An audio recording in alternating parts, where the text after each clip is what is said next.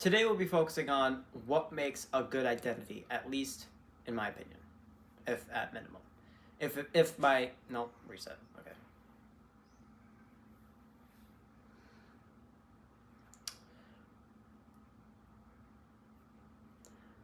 Today we're going to be discussing what makes a good identity. And to bring my point to life, I want to start off with the consciousness. And to start off with the consciousness, it's interesting because a lot of times when people think about being conscious, they represent it with a certain type of people that do a certain type of activity. But rather, I want you to think about it as what your level of consciousness is towards you as a person, right? When you are doing your day-to-day activities, what is your level of awareness that you are doing those activities? And how you can tell if you're being aware or not is if you can remember the activities that you did yesterday in a serene detail. If you can't really remember that, then there's a pretty okay likelihood that you're not exactly a conscious person. And sometimes conscientiousness can be bad, right? And it does have its downsides to it, because I'm a very conscientious person, so I can tell you this from experience, is that sometimes you experience a lot of battering, which, like to yourself, which can be a good thing if you know how to handle your emotion.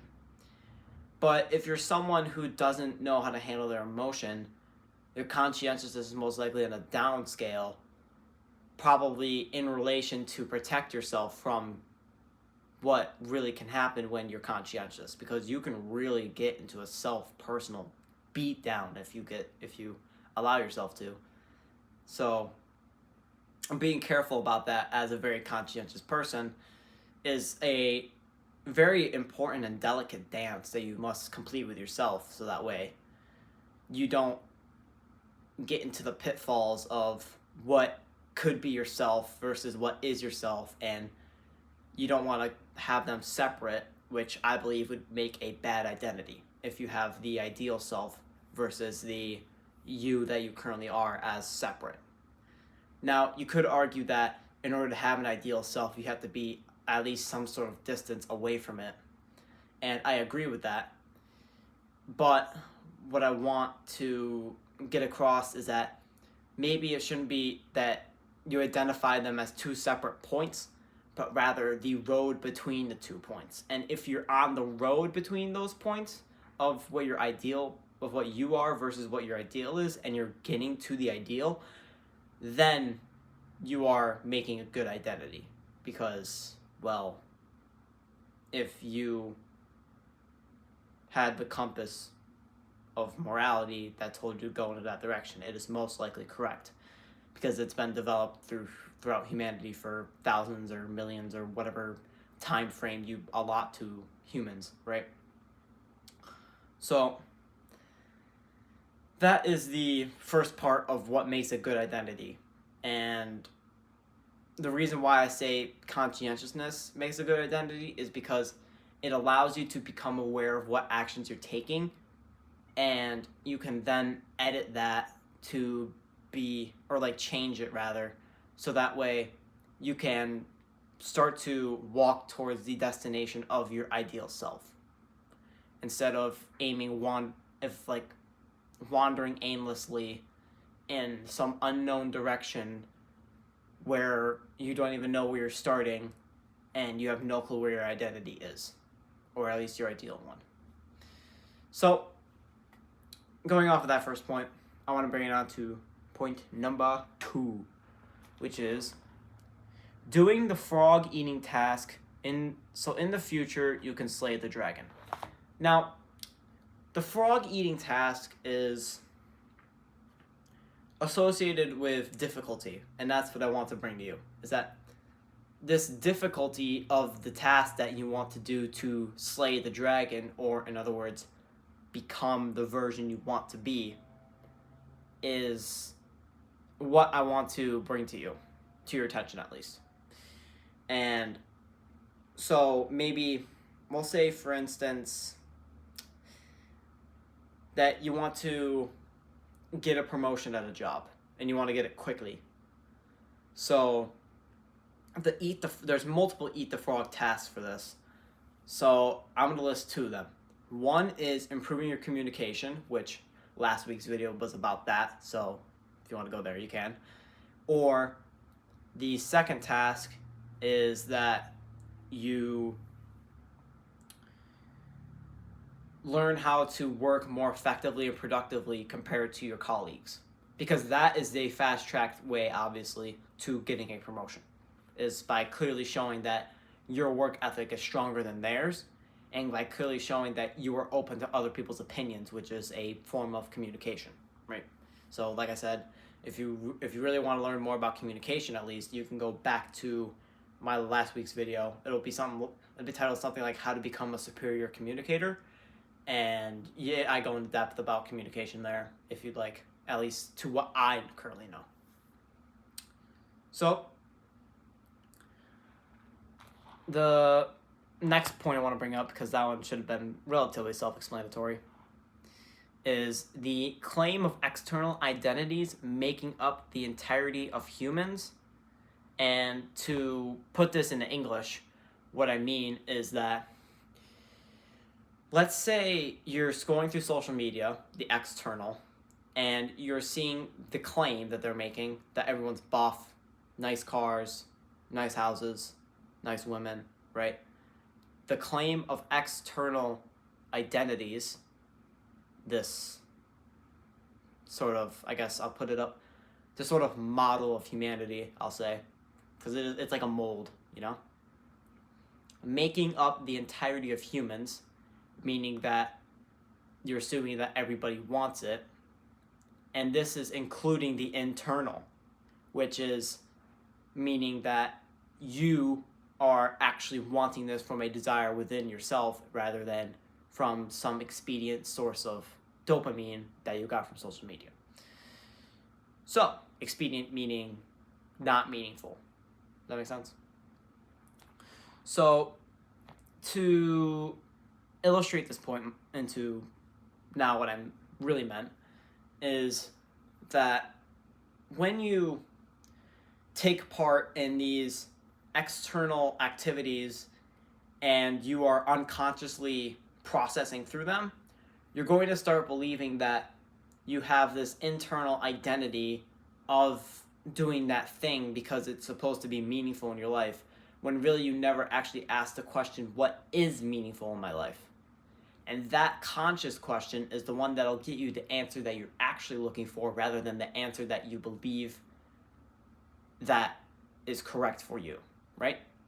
And, well, you could also say, well, wouldn't that be the answer that I get with a conscious question? Yes and no. Yes, because the conscious question will provide an answer that appeals to the emotion, but no, because the answer that you get from the conscious question won't be an expedient one. It doesn't be a noble one, mind you. It has to be not a artificial reason for becoming a certain type of human being, okay? So maybe instead of saying going to the gym to get women, you could say, at least what I actually do is I go to the gym to try to get bigger physically, because I'm always been a pretty skinny kid. Like, I am still a pretty skinny kid. I'm 5'4", 120, somewhere, give or take. It's been going up recently, which is really nice. However, obviously I want to get more muscle, because if you're going to the gym, who doesn't want to get more muscle, right? It's pretty self-evident. But the really interesting part is where it comes to the crossroad between the external reward and the internal gratification, I'll say, and not of the instant type. So when you try to differentiate between the external desires that can come along with your internal desire, it is rather difficult to make sure that you don't accidentally reroute towards the external desires and then get yourself wrapped up in meaningless, expedient activities instead of doing the thing that you wanted to do in the first place. So keeping those two differentiated is very important if you want to make a good identity out of you. So that is my reasoning for bringing up this second point here, or third point, sorry. And now the last point is a question which I want you to ask yourself, and it is, what do you want to be better at in this life? And if you ask that as a conscious question and wait to receive a conscious, well-thought answer and write it down and discuss with yourself, you'll eventually come across an answer crafted almost excellently, in your opinion, obviously, and you'll believe in that idea, and to the point where you start taking actions around it. And when you take actions around that identity, that is when you form something that you truly desire as a person. So now you're starting to get into the realm of, okay, now I have an identity and I'm going towards that identity. What actions could I take that will help me get to that place? Because you have to understand that you can't be all things of everything at once. You can't be everything. Simple, right? In the Western world, at least, you're often told as a kid, which is a lie, that you can grow up to be anything. And we're obviously waking up to the idea now that no, you can't be everything, because that's simply way too much for the human mind to conceptualize and therefore even try to apply into their life, let alone actually try to get it done, let alone have the undeniable evidence that they are everything. You really want to try that? Good fucking luck. Like, normally I'm not a very egotistical person, or at least I try to suppress it, but like, if you try to become everything, you are seriously fucking stupid. Like, there's something clearly missing within your mind that isn't telling you, hey, it's a little bit too much overload on our brain to try to become everything at once. So that is another reason why it's super important to have an identity that you internally thrive with and is not based on external inputs, because if we based our identity based on that external input of we can become anything we want, well, now we're expecting it instantaneously, right? Now we're expecting, oh, I should be an astronaut right now. I should be a scientist right now. I should be a copywriter right now. It's like, well, no, you can't do that. You have to actually develop the skill for starters, and you also have to then prove to others that you developed the skill, because you can develop any skill that you want, but if you can't prove that skill to other people, you're fucking worthless. Like, if you are incapable of developing communication, for instance, you won't be able to show to people that you have good ideas, right? So, really, to illustrate this point, I want you to think about the person who's shy but has Einstein IQ versus the person who has half that IQ, half the IQ of Einstein, but knows how to communicate. That person will always, in every human aspect, strive over the shy kid who has the IQ of Einstein. Right? Because even if that kid gets lucky enough and someone actually notices them and sees that that kid's fucking intelligent, they're not going to be able to truly express their ideas to people in a way where they understand it unless you develop the time and effort necessary to become a great communicator. Which is why, for the third time, I'm going to emphasize my other communication video. If you want to go watch it, I really recommend you do, after this, obviously. And that is what makes a good identity, in my opinion. Obviously, this is due to change over time. Maybe these things get emphasized or de-emphasized, and maybe I find new things that I don't exactly know of yet, which I probably will. In fact, I know I will. I know I will find something that 2 years from now, I'm going to look at myself and say, why were you such a dumbass? What made you overthink this stupidly simple concept that you didn't put in the video of what makes a good identity? So, having that mindset will really allow you to, having really allow you, sorry, that identity will allow you to grow into the person that you want to be, and you'll never actually reach the destination, right? That's another point too about identity, is that struggle is necessary to become something, right?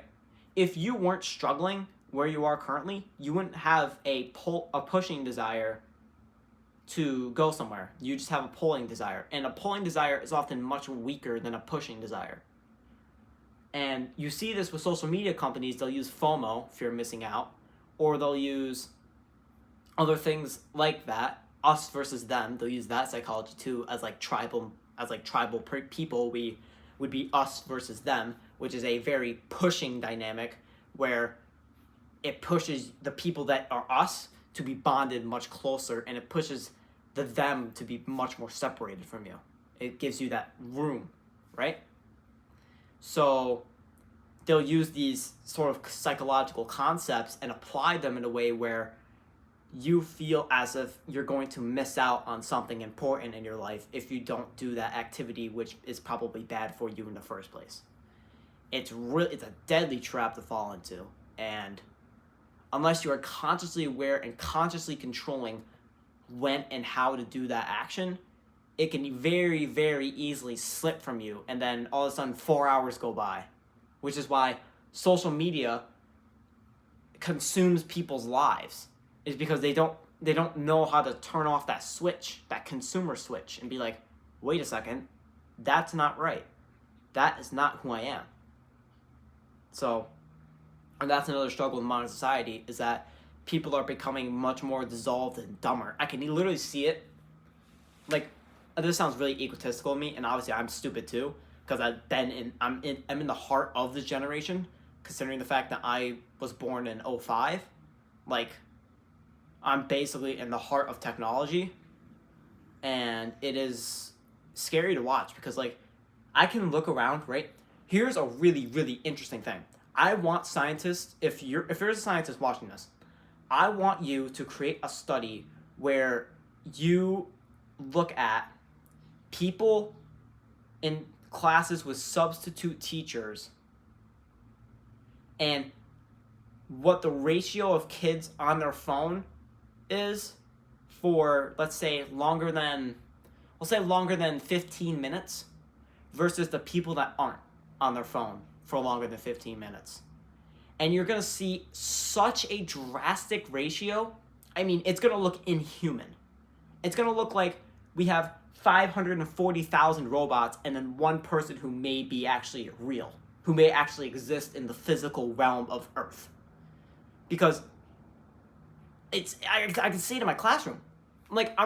Even I get stuck into something, but like, I'm the only one who can look up and look around and be like, holy shit. Everybody's just like, it's like, not to sound really dark here, but I could literally fucking go up to somebody, jack they shit, grab everything they have, and then like do this. They wouldn't know. They would have no clue. I could literally do this for like 5 seconds behind somebody, and it like, I could hold it there. Like, I could be in a metro subway, and I could just do this for like 10 seconds and just not move. And that, like, within 10 seconds, maybe 2 people notice, and then maybe they scream, and then maybe other people notice. Like, what has happened, you know? Is that really who you want to be? Do you want to be that ignorant person that could get killed within seconds because you're so distracted from an external world that isn't showing your values and that you think that you're talking to, right? You really notice this in people that listen to things and then they try to respond to it with their own words when they're verbal speaking. It's like, they're not going to fucking hear you, dude. They're across the screen, across probably the world, or at least the country, most likely, because for some reason everyone lives in fucking California. Whatever. But it's that, like, what are you doing? You know?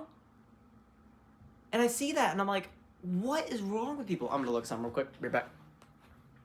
Okay. Boom, I'm back. And it's like, oh, you get this like if you become one of these conscious people and observe the surroundings, you get the sensation of like, oh fuck, this is the next generation. And our generation is off on the easy end, I believe. It's really the people that are like my, well, I won't say that, but like the people that are like 7 and under right now, they are going to be living through a tragic hell when they become 20. Because they've never been without technology. Like, take a phone away from a 5-year-old child and they're going to be like, wah! When did this happen? When did we replace our parents with the phone? You know? Is that what makes a good identity? Is that what you want your child to be? Do you want your child to be programmed, essentially, which I don't usually say this, but like, do you want your child to be programmed by something else that you have no clue who the person behind it is, what their values are, what they believe they should be teaching kids, let alone what to develop them into? If you don't even know what you want to develop your kid into, how the hell are you going to expect the people in the external world to treat your kid right? They don't know your kid. They don't even know his first name. They don't even know his age. They know he's under 18. They don't even know his age. They're like, okay, well, under 18? Well, let's feed you this. Could be anything in the entire planet. Right? And I know I'm totally off-guarding. Actually, not really. But I'm kind of like sidestepping what makes a good identity here, but I believe this makes a really good point. And another thing I want to add for personal experience, I was at track practice one day at my school, right? I'm almost a senior. Well, yeah, basically. And I'm overhearing children, like literal children, talking about STDs. And I'm like, what the fuck? Like, my brain's like, how do these kids know about this? Like, and I asked my coach, I'm like, do you know how old these kids are? They're like, 8. 8. They are 8 years old. And they're talking about fucking STDs. How the hell did they get that information? Because I promise you it wasn't from their parents. I promise you their parents did not want to let them know about STDs at 8 years old. So, next time, if you're a parent and you're watching this, of any kind, next time that you want to substitute your experience and your life with the phone, with the tablet, I want you to really, really consider what programming could potentially be going into my child's mind today. And is that going to make them a good identity, let alone make myself a good identity for letting that action occur? The necessary for self-accountability within these realms is extraordinarily high today. You could not be someone with average accountability and expect your child, or let alone yourself, to survive. There's no chance. Because you have to have absolute pinnacle consciousness over every action that you do in this society. Otherwise, you are fucked. Because you are going to be one of these parents, which I am putting blame on them, even though I shouldn't be, because I'm not even a parent and I really can't say this. But you're going to be one of these parents who puts their kids behind something that they don't envision their child to become, and then they're just going to hope for the best. They're going to hope that society knows better than they do. It's something that, I guess, raises my blood pressure a little bit. And if you did watch this through, then I'm glad that you got this ideology in.